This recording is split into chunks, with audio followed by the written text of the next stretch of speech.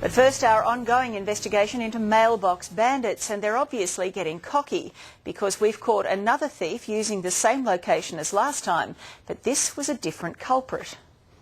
I have the mail thieves back again at Westmead. It's a frantic call to police. For the last 2 minutes I've got it on video camera. I'm using night vision, it's hard to see. He's got a pair of tracky pants. As soon as the bandit has bailed, this resident goes downstairs to investigate.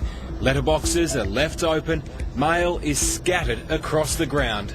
They've struck again? Yeah, again. What happened this time? Oh, I woke up, looked out, went to get a drink, looked out the window, and sure enough, here he was, just over this side, about here. Just, leaning over, that's all I could see from my view, and then just going through the boxes. It's a scenario that's become all too familiar at this particular block of flats over the last few months. I think they're up to something, Michelle. Time and time again, groups of two come down and raid the boxes, searching for people's personal information.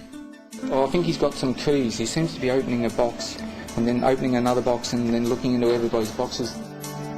We were first told about it last October. I saw the girl just standing here, and then he was there going from box to box, and I think he started here, and then he just gradually went up around the boxes here, and then just went over to here, and then when he went over to here, she would then go from here, like this, across there, and just stand there like this, looking, who's coming?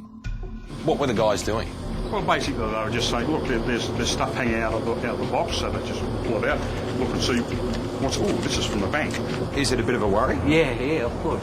Since then, the location has been hit repeatedly, and each time the thieves have got away with enough bank details, legal contracts and credit card statements to steal a number of people's identities.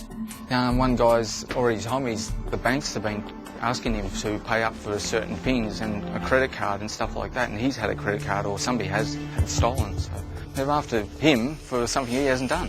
Identity crime is the crime of the century, really. It's growing. A lot of organised crime groups have realised that it's lucrative, there's a lot of money in it. Detective Superintendent Cole Dyson is the head of the New South Wales Fraud Squad, which is responsible for tackling the growing problem of identity theft.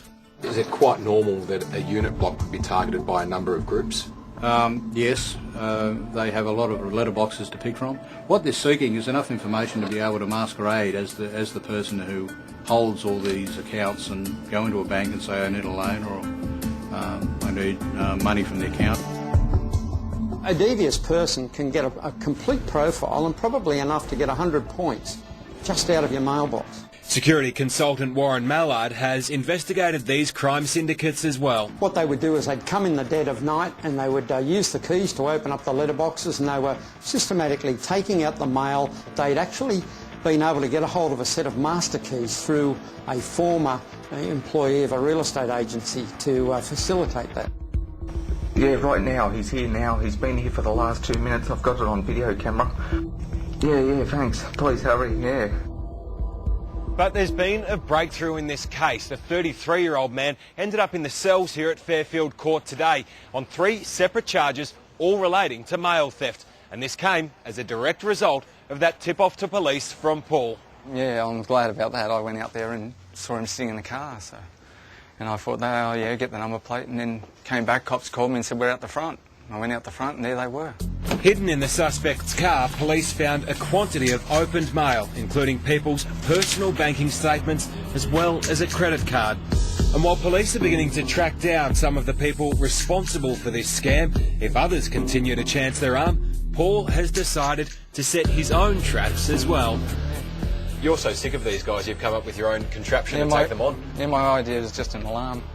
Show us how it works. Okay, well how it works is the mail thieves go through the boxes, they pick boxes, they just pull letters out or sometimes they open them. But, this one, is all you have to do is this. And you reckon that'll send him running for the hills? I think so. He's vigilant, isn't he, Paul? And if you have any information about those mail bandits, you can contact your local police or Crime Stoppers.